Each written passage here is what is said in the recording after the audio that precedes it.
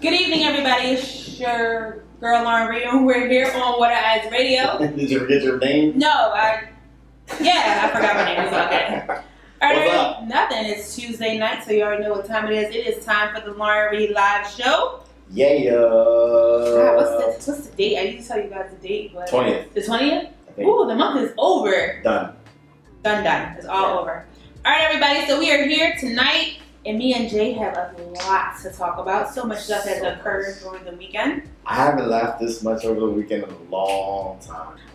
We have a really good guest coming through.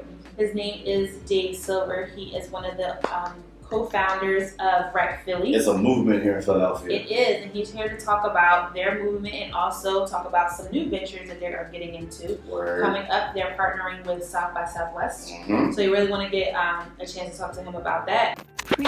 So everybody, on Sunday night, while I was minding my entire business, I was really, really excited because I love AllStar Weekend. Yeah. It's really, really fun. All the different stuff that comes on, the slam dunk contest, the skills, the 3-point contest. Yeah. I didn't get the chance to catch everything, but I make sure that on Sunday night, I catch the actual AllStar Game. So they're like, all right, we're going to, get to the national anthem, award-winning, Fergie. And I'm like, okay, Fergie, let's see what you I got. was like, Fergie? So everyone, let's just take a moment to recap what happened when Fergie Let's do decided it. to sing the national anthem. Oh, man.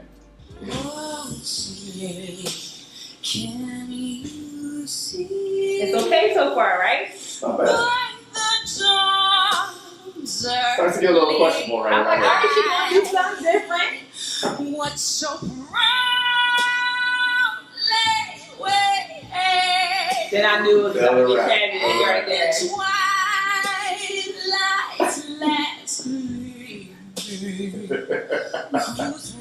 I need a jazz flute in there somewhere. It's some music come up, the acoustics come up. Little scat in there. Oh, she was drunk. You right. She was drunk. She was drunk.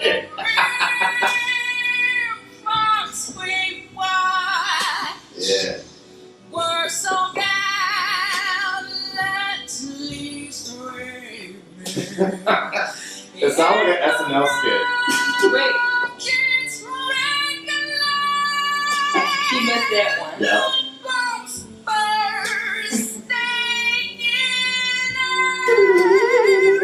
I need a flute. Squidward. Yeah. There you go. The cabaret. At this point, I'm on the floor. Oh my. Do you hear the crowd laughing? Yo, dying. The crowd I need a shirt that says that. Yes. That nerd.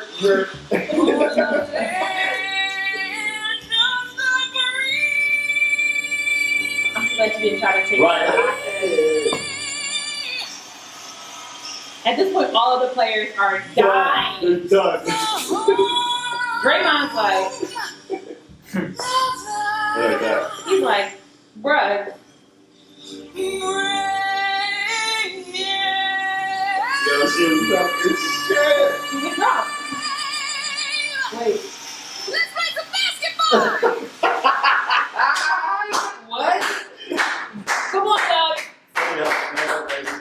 Now, let me tell y'all something. That's the most exciting rendition of the Fergie? song ever. I guarantee y'all, she was like, I'm gonna go out here and do something dope as shit, and I'm gonna kill this joint. Yo. And Eminem was in the back like, Yup. do the scat version. Yeah. Do the scat version. And she was like, yup, Trust I'm your gonna gut. kill it. Yeah. She saw Queen Latifah in the bag and she was like, I got something for you. Chicago. I got some jazz shit for you coming up right now. And Yeah. she went out there and she made an absolute fool of her. That was an SNL skit. However, she is trending on Apple Music right now.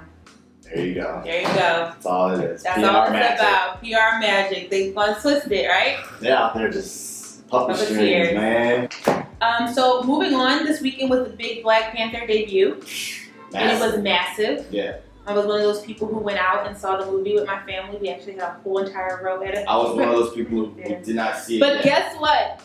It wasn't as bad as we remember how we asked our people to act right at the movie theater. Oh yeah. And when I went, they kind of said we were good. No cell phone. Well. Okay. I said we were good. Kind of good-ish, right? So I've heard several different stories of people's encounters at the movie. Okay. One person I know, a lady bought in a whole chicken platter. I ain't mad at that. I'm not mad at that. Well, I don't really want to do this to her. I don't want to do this to her, but I love her. Shout out to my mom who had juice boxes. That's why I love me some Lauren. Popcorn already popped. Of course. Sandwiches. Yup. Meanwhile, that's what that is. Meanwhile, this is why I love my mom. She's so frugal, but she means so well, right? We had already went to the concession stand, and everybody coming back with this stuff. She's like, why did you buy all that stuff? She's like, I know you didn't buy that $5 soda, Mom. You see what we holding? She was like, Shannon, don't you ask for another cent. But no, she laced the whole row though. I'm good. Right? Dripping. Love her. Hey, Mom. That's the people behind me clearly couldn't get a babysitter. They were their kids. And they were. Hold on. It was worse than them crying. They were playing a game. Nah. Their babysitter went to go see the movie. That's what happened. You can't go to that. Nah, go. This is like 12 noon. Go tomorrow. It's an early show. It's like a late night. Nursing, it was a late night not nursing, but like a nursery. Nursery, yeah. No, like it's ridiculous. But the movie, right? Amazing. I heard. And I haven't really heard anything bad about the movie. Mm-hmm. Everyone has said the same thing. Swizz got to go to the premiere and with Boom. It was amazing. Yeah, it was great. So we only have one story left, but I think it was a good story to talk about. I like to spread some positive energy out here. My man, Mr. Drake, Mr. Aubrey. Champagne popping. Aubrey Graham, Jimmy Brooks. Yes.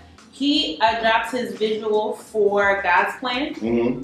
And it was a lot of talk about what he was doing because he was at a school in Miami. He donated some money there, and then he shot a video. Mm-hmm. But no one knew what the whole thing was going to look like. So the video dropped, and it was amazing.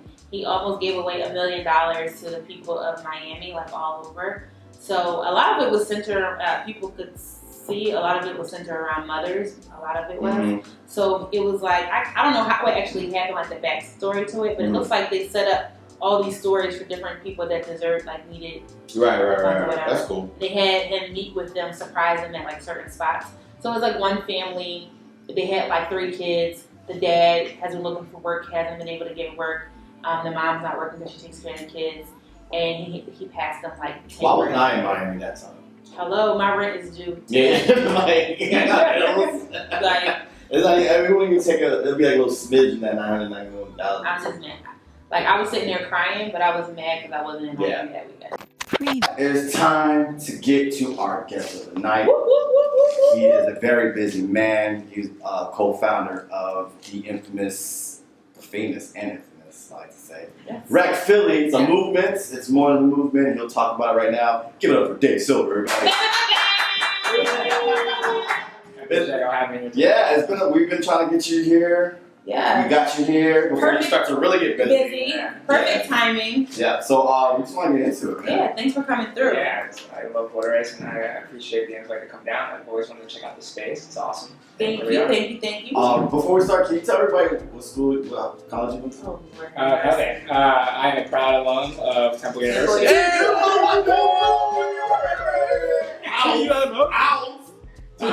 What just happened? You don't even know what happened. I don't even know what happened. That's what's up. Can I be honorary though? Because I just kind of feel like all you do is bring TU people here. We're gonna see your resume. I did go to a prestigious HBCU. Okay. You have to jump then. We can talk. We'll think about it. I'm gonna think about it. Y'all just for a second. Like, God, can someone from Philly that went to Howard come through the water ice? We need you. They're all from DC. They are. I'm the only one that came home foolishly. But anyway, now that we got that out the way, Dave, can you help everyone understand what is Rec Philly? Sure. So our organization is meant to help build careers for local artists, provide opportunities for them to really think of themselves more of an entrepreneur, to be an artist and an entrepreneur at the same time.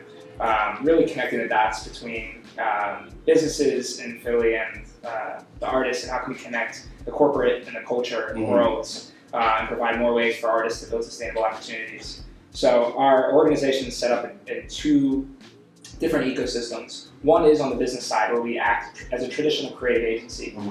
So we would be able to produce, whether it's media content or it's event production or influencer marketing, but it's not us doing the service. It's our members, which are local creators doing the service, and we just act as the agent, and we go pitch that we can do those services to different businesses, and then when they accept it, we go hire local creators to do it.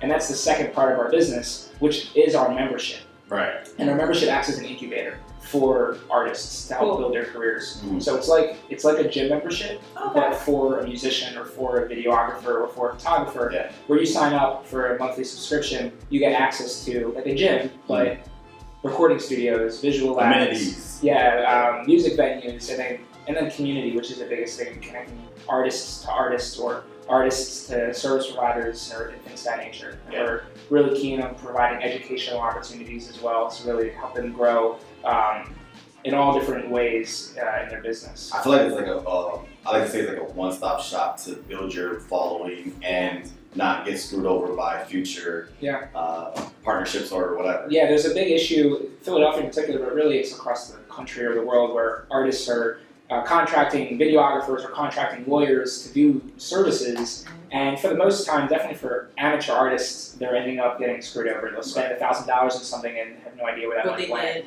And we really try to act as that liaison between those two. We vet the service providers, we talk to the artists, make sure that both parties are going to be satisfied with what's going on, and cut out a lot of headache. We deal with the headache. You just deal with creatives. We deal with the creatives and we deal with the businesses, and they don't actually have to deal with each other. You let them worry about being creative, and you let the lawyers worry about being like all that other good stuff. And that's where really it all started, where creatives need to be more just in their creative bag and try to not have to worry about all the logistics when it comes to creating those business opportunities. Still think of themselves like a business, but they don't have to deal with a lot of the bullshit that a lot of people have to deal with otherwise. So that's us. We do a lot of things, so a lot of people don't necessarily understand what we do, but at the heart of it, we're here to provide opportunities. I was one of those people. I'm great to share more about what we do, but at the heart, our mission is to have creators doing more of what they love to do, which is create. And if we can do more of that and keep Philadelphia artists in this area to build their own businesses and to really have a great freelance career, make it their own business is what it's all about. So question for you, where was like that moment where you said this would be a really good idea for me to come up with this concept of like, how did that come about? Yeah, I mean, it really all came out of a need, which is sometimes the best businesses are when you just identify a problem and build from there. So it started at TU, 2012, throwing where great things come about. I was throwing concerts in my basement. 2012. I was like a manager, like a half-ass manager to a couple rappers in 2012. And even before that, I had no idea what I was doing. Did you figure it out, right? Yeah, I was just like, I was getting screwed over left and right, just like artists were when we were dealing with it. So I was booking my friends for gigs, and we were getting 1 a.m. slots and paying $500 for the slots. And I'm like, there has to be a better way to go through this. And that was when I realized, like, wait, I have this basement. It was in a fraternity basement. I was the social chairman that I got to curate the parties. I had my friends, I had the equipment. I'm like, why don't I just put it all together? And I was even interning for a drink company at the time, so I was able to get free drinks. And it was just kind of connecting those dots. And we called it the Broad Street Music Lounge. That was my first business. We started throwing shows in the basement. And then the basement shows went to dive bar shows. They went to established venue shows, the bigger venues, and out-of-state shows. And that's when we realized that artists in Philadelphia in particular needed that structure of not only the shows, then artists started contacting us, hey, can you do videos for us? Can you be our managers? All these things. And we're like, well, you don't know what you're doing? And they're like, no, we're going to have to move to New York otherwise. And we're like, well, let's be the conduits of making this happen. Let's be the connectors of this. And it just started growing and growing. And like the membership thing just, again, came out of a need. Like we were providing so many opportunities to artists, but it was like every time like, a show came up, like, oh, who wants the show? Right. Call and then we want to film someone. Who wants to be filmed? And this was like, What artist is not going to want to do that? Let's be more strategic with each one of our opportunities, and we created a membership program, Nice. and it's went from 0 to 250 members since May 2017. Damn. And we're trying to have hundreds of thousands of members on our platform by 2020.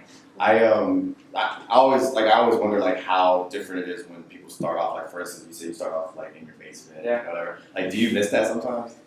Like I miss college, yeah. I know, yeah. No, I mean, it's like always I miss the easiness of it, right? When I first started, I had another job, and there was no risk, right? And it was like, I'm doing this because it's all, I want to say it's all love and it's all fun. It is still fun, but it's, there's a lot more risk now, right? This is I've been doing this full time for almost 3 years now, and there's no margin for error in terms of like going months without bringing in revenue.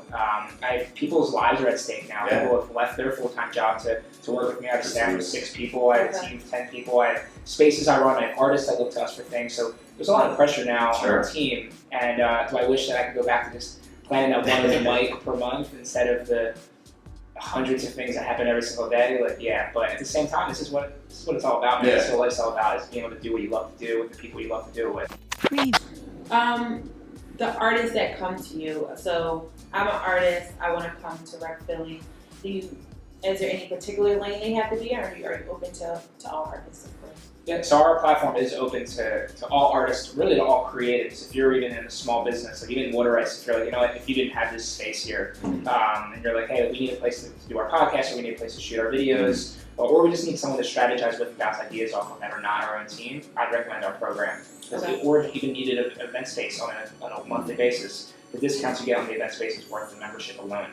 And the community is invaluable, knowing that you can be connected to 250 local creators that are all what we call free thinkers. That's our free thinkers program. They're all the same mindset, that they want to do this full time. They're willing to take risks. They're willing to invest in themselves. I think a lot of types of creators are ready for that kind of thing. So to answer it again, it's open to all creators, all different types of musicians. Now we do thrive in the urban music space.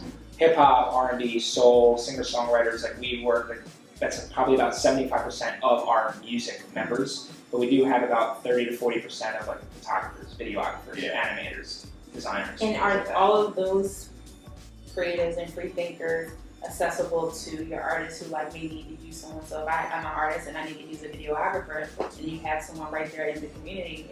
So once you're a member, you get access to a toolkit, and then you can literally put in a request for another member to do a service for you. Gotcha. And then we connect them to do that. And that's the future of our company, is building technology that will make that process even smarter and simpler. Crazy. Yeah. So let's talk about your part that you're playing in South by Southwest this year. Yeah. It's pretty big. Yeah, this is, so I organized an initiative called Amplify Philly. And this is our 3rd year activating as Amplify Philly down there. It really, you want to pass the story on? Like Absolutely. Sure. So 4 years ago, I guess that was 2014, Rec Philly, with the company What Scene, we put together the first ever Philadelphia music showcase. Philly was never represented as one entity down in South by Southwest. And other cities, the Chicago showcase, the Atlanta house, this, that. And I'm like, where is Philly? The year before, I was there as an attendee, and I can't find Philly anywhere. I'm running around seeing this band, that band. So the next year, when I was down there, I'm like, next year, I'm going to find a way to bring Philly to stage. And my friend's like, yeah, all right. That's like, Samsung brings stages, not Right.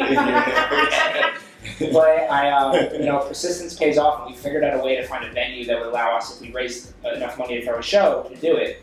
So we ended up raising $8,000 in 2014 for the first ever Philly showcase. With $8,000, we were able to pay for the venue, freeway, OCD Motion Twist, Ground Up.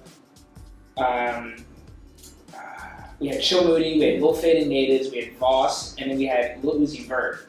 Wow. We built it for $500. You are lying. Right? Crazy. So that's huge. That would have been my company tagline. Yeah. So that was our show. It was the first show we ever put together in 2014. But the following year was really when companies started saying, wait, I heard Philly was at South by. Why don't we do a bigger thing and really talk about our tech scene and our startup community? And that's when Comcast called a meeting. with all these big players, and I just barely got an invite to sit at the meeting. Right. And the only reason why I got the invite is because like I was the only one that ever worked with South by. So they called this meeting. I'm the youngest person. I feel disrespected. Yeah, it wasn't this is what they do, man. Right? They hear these great ideas. They call these formal meetings, and then like the corporations take over. Thankfully, I was able to sit in the meeting to represent an entire community of people that might have been left out. That brought the whole city to South by Southwest. Which they need. Yeah, so they call that meeting, they talk about this, they say, who wants to volunteer to do it?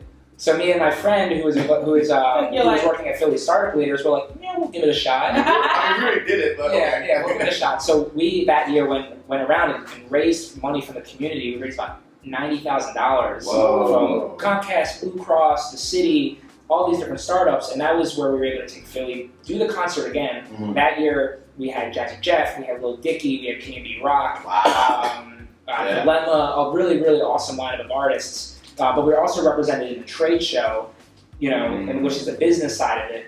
And that's what we did. That was our first year of Amplify Philly. The second year we went from $90,000 and we raised $140,000. Wow. And we started realizing, one, we're the only city at South by Southwest, city, state, country, that Brazil's represented, Japan, Australia, UK, but we're the only entity that does not receive one check from their city to do it. So DC. Wait.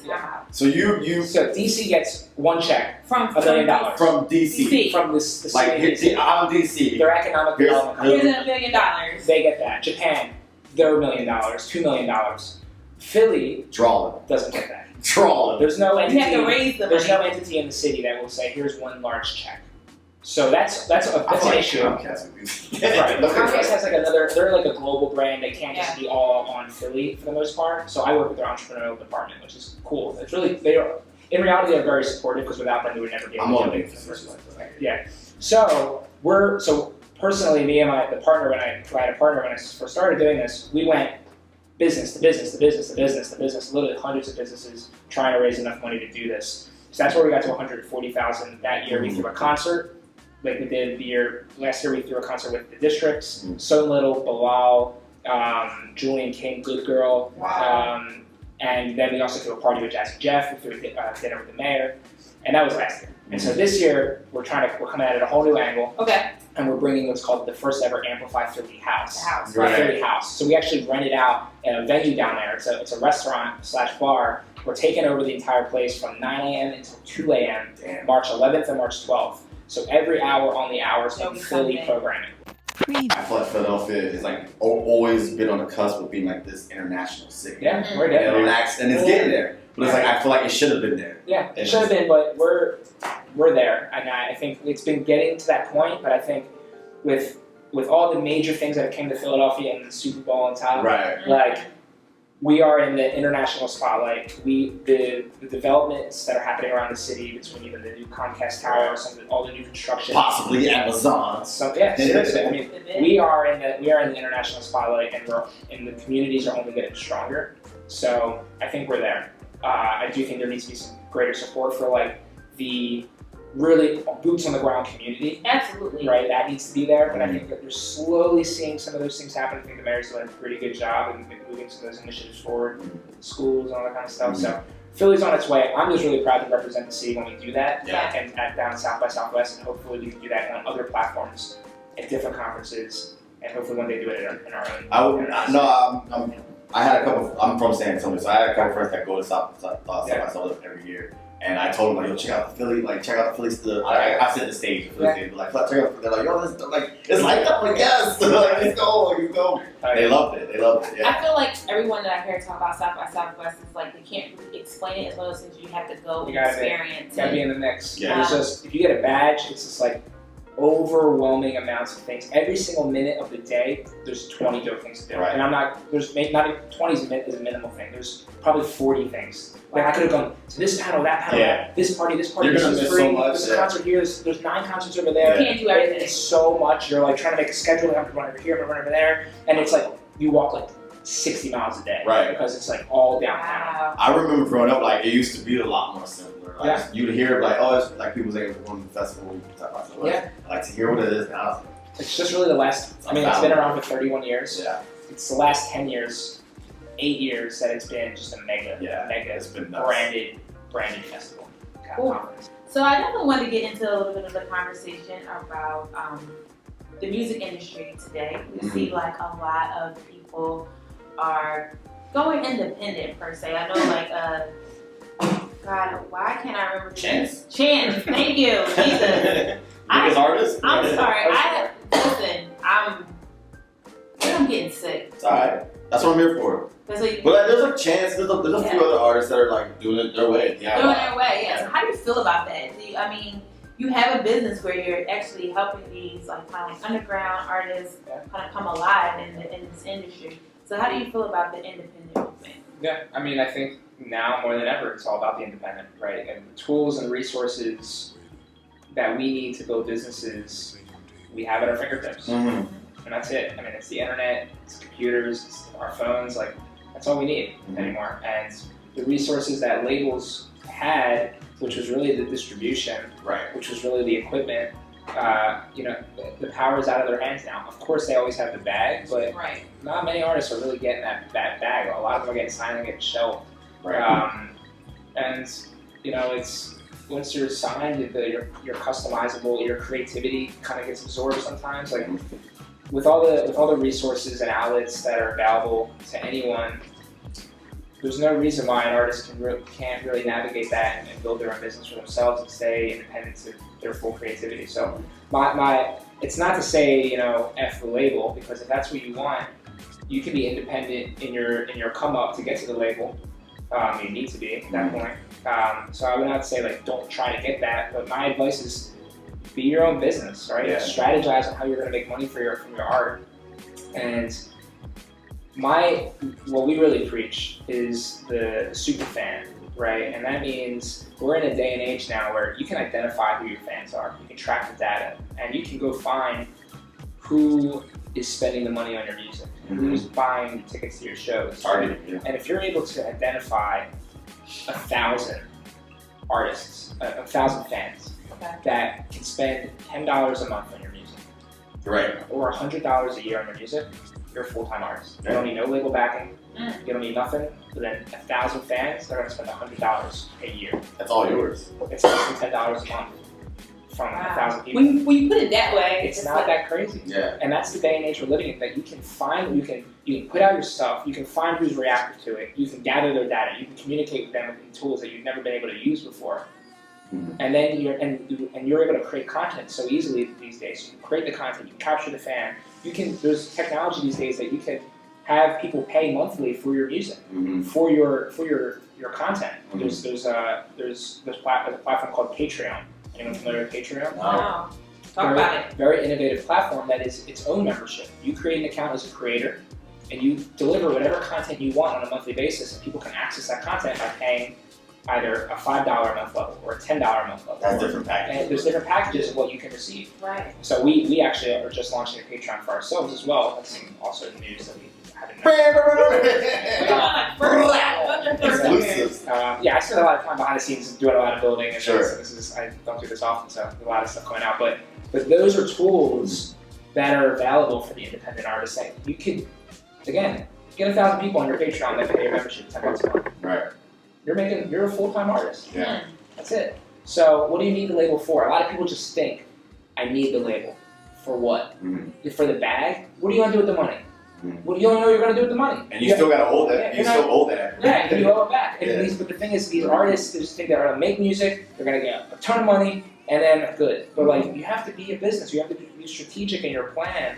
And that's one thing we really try to preach and teach to our artists in our program and all creators in our program is let's be strategic. Let's create that plan. How can you do this yourself?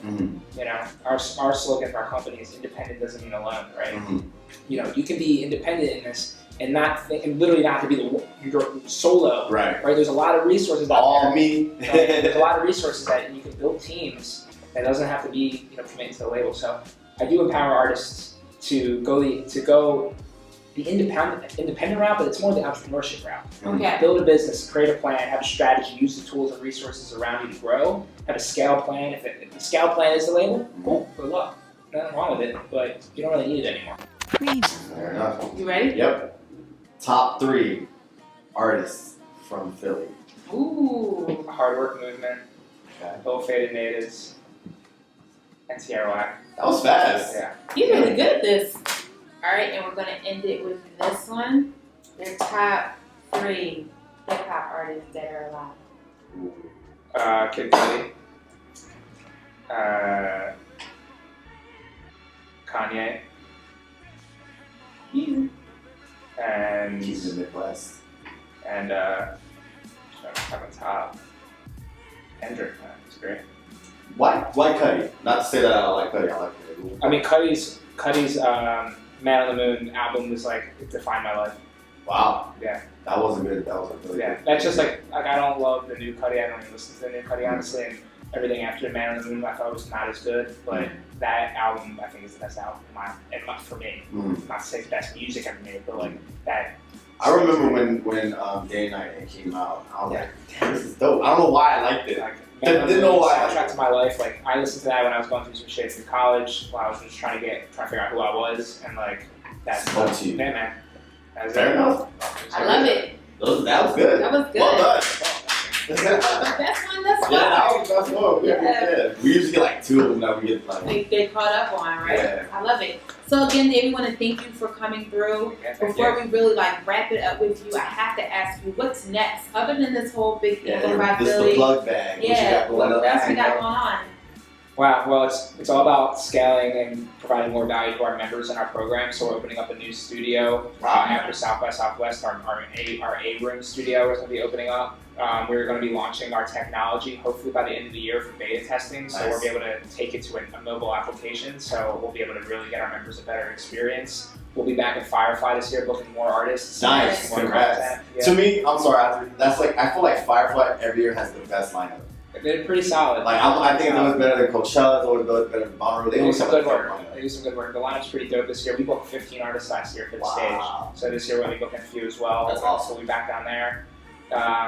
Yeah, we're going to be involved in a lot of big community projects this year. And I'm excited for everyone to stay tuned because there's going to be a lot of educational material that people can really find a lot of value. Not only having a good time, but also learning a lot and really trying to grow their own careers. So stay tuned to our membership program. Stay tuned to the events that we have coming up. And how can they find you on the interwebs? Yeah, so it's all Rec stuff is at Rec Philly, REC Philly. All Amplify Philly stuff is at Amplify Philly, all one word. No nothing crazy going on.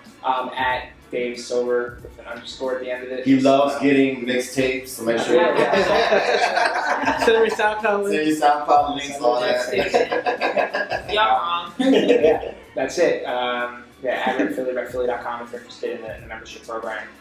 Can you talk about the summer roller Harbor? Yeah, so we booked DJs over at the Penn's Landing River Rink, the Blue Cross River Rink, and called Winterfest, and we're going to be most likely doing the same thing for summer. So just stay tuned. That's just another fun thing. We're going to be doing a lot of fun pop-up events for different companies and brands throughout the city, all throughout the summer and into the fall. So artists, stay tuned. If you want to get involved in being booked at those events, you have to start our membership program. So recphilly.com/join for look into that, and we'll schedule a walkthrough whenever you're ready to come check out our creative space. Cool. All right, guys, so you already know what it is. Not all superheroes wear capes. Sometimes they wear headphones. Peace, everybody. Peace.